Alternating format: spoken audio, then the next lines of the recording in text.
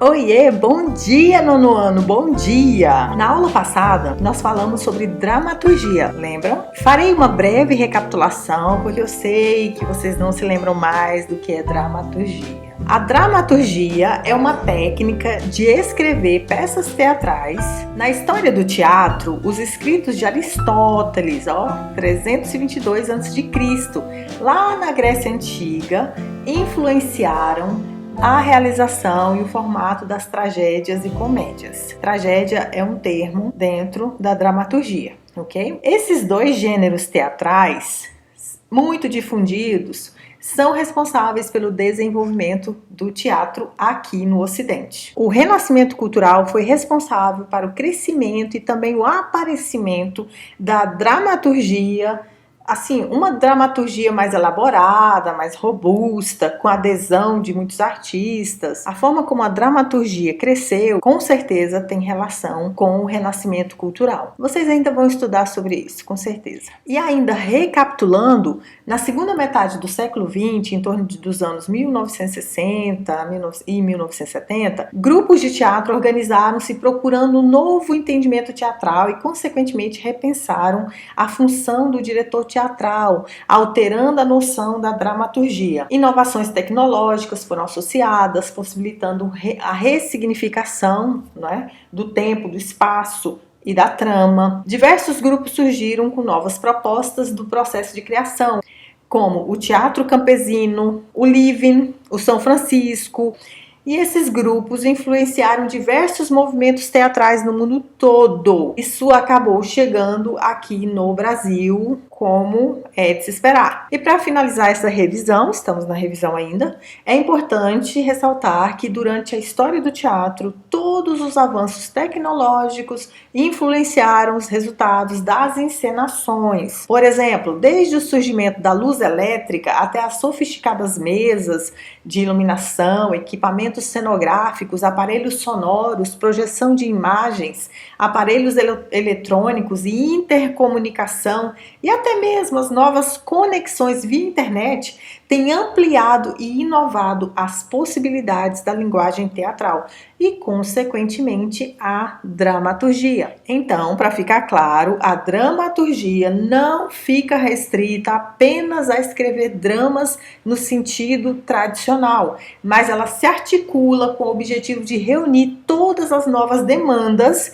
que associam à arte e que estão diretamente ligadas às cenas e à nova maneira de fazer teatro, consequentemente. E aí, no caso, TV, cinema, as mídias digitais, tudo isso está englobado nisso aí também, na questão da dramaturgia. E agora falaremos sobre os elementos cênicos, TV, cinema e internet. Não dorme não, fica aí, pelo amor de Deus, e para de conversar. Não converse, presta atenção, a aula é curtinha, aí depois vocês podem conversar. Mas agora vocês têm que prestar atenção. A dramaturgia, desenvolvida ao longo da história teatral, é a base utilizada por diversos outros meios de comunicação para escrever uma forma de roteiro que será encenado. Em 1930, no Brasil, o radioteatro fez muito sucesso. Muitos artistas foram lançados no radioteatro e foi muito importante o radioteatro para repensar a maneira de fazer teatro. No caso, os ouvintes não viam os atores, eles tinham que imaginar. Eles imaginavam as situações encenadas por meio de falas e dos sons. Seria uma radionovela.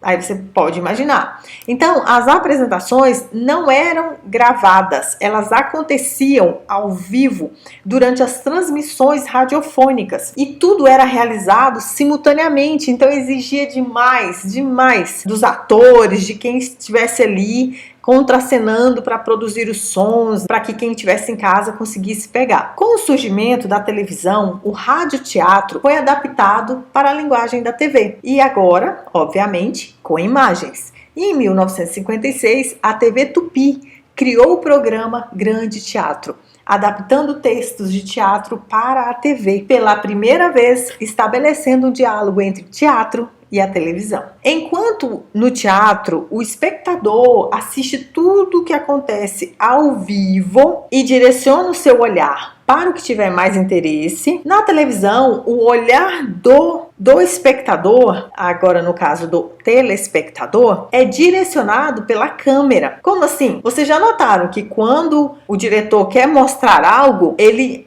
foca naquele objeto, a câmera movimenta e você segue seguindo a câmera. Ou seja, você já não escolhe mais o que olhar, escolhem para você. Direcionam o seu olhar. Esse é um dos aspectos mais importantes que diferencia uma dramaturgia de uma teledramaturgia ou roteiro de cinema. A televisão, assim como no cinema, usa uma outra linguagem que utiliza acontecimentos e ações e que mantém características em comum em relação ao que querem comunicar. Ambas as linguagens selecionam o que querem apresentar por meio de posicionamento da câmera, que assim destaca certo ponto, omite outro ponto, e faz uso de enquadramento, e vocês já ouviram falar também da quebra da quarta barreira, né? Onde o artista olha diretamente para a câmera e fala com o telespectador. A organização do que se vai filmar, prevista no roteiro, também é um elemento super importante na produção de uma novela, minissérie ou filme. Porque muitas vezes as gravações não são feitas seguindo a ordem da narrativa. Por exemplo, se no começo do filme o artista raspa o cabelo, a atriz raspa o cabelo, o ator, a atriz, o que acontece? Ela não pode, o cabelo dela não vai crescer para o fim do filme. Então eles gravam de trás para frente e faz a primeira cena por último. Tá entendendo? São essas manipulações que são feitas. Por exemplo, olha só o que envolve uma gravação. Locações, é o lugar onde se grava, elenco, luz. Caso a filmagem seja externa, são elementos que podem elevar em muito os custos da realização da obra.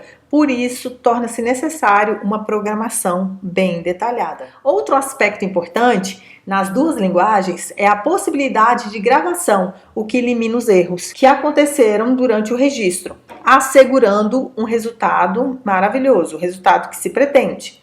Diferentemente do teatro, que acontece ao vivo e a cores, caso ocorra algum erro, os atores devem improvisar, eles devem consertar a coisa ali, inclusive às vezes é motivo de gracejo, né? Quando o ator erra e ele mesmo diz, eu errei, então vamos continuar. A imagem cria um discurso, mesmo sem a presença de palavras. O cinema mudo já fazia isso há muito tempo atrás. Referência sobre isso, Charlie Chaplin. Mas hoje em dia, a manipulação de imagens está cada vez mais acessível.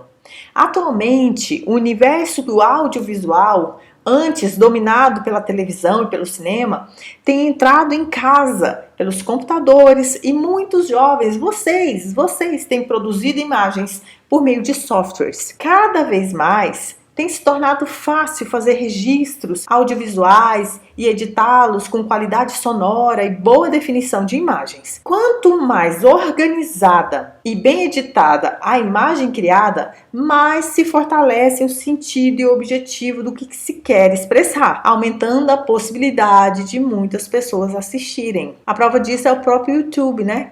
Quando você grava vídeos e os vídeos têm uma qualidade excelente, um som excelente, a pessoa que está falando fala de forma coerente, de forma gostosa de ouvir, com certeza terão mais inscritos nesse canal do que um canal totalmente desorganizado. Vivemos diariamente o universo das imagens e conforme a formação e o discernimento de quem observa e cria registros, mais consciência teremos do que se faz e do que se consome dessa infinidade de proposições expostas e oferecidas pela internet.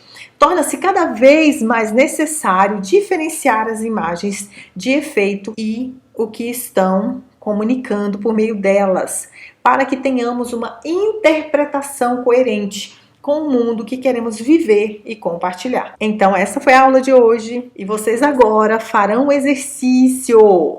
Pensou que ia ficar na marola, né? Vai não, vai fazer exercício.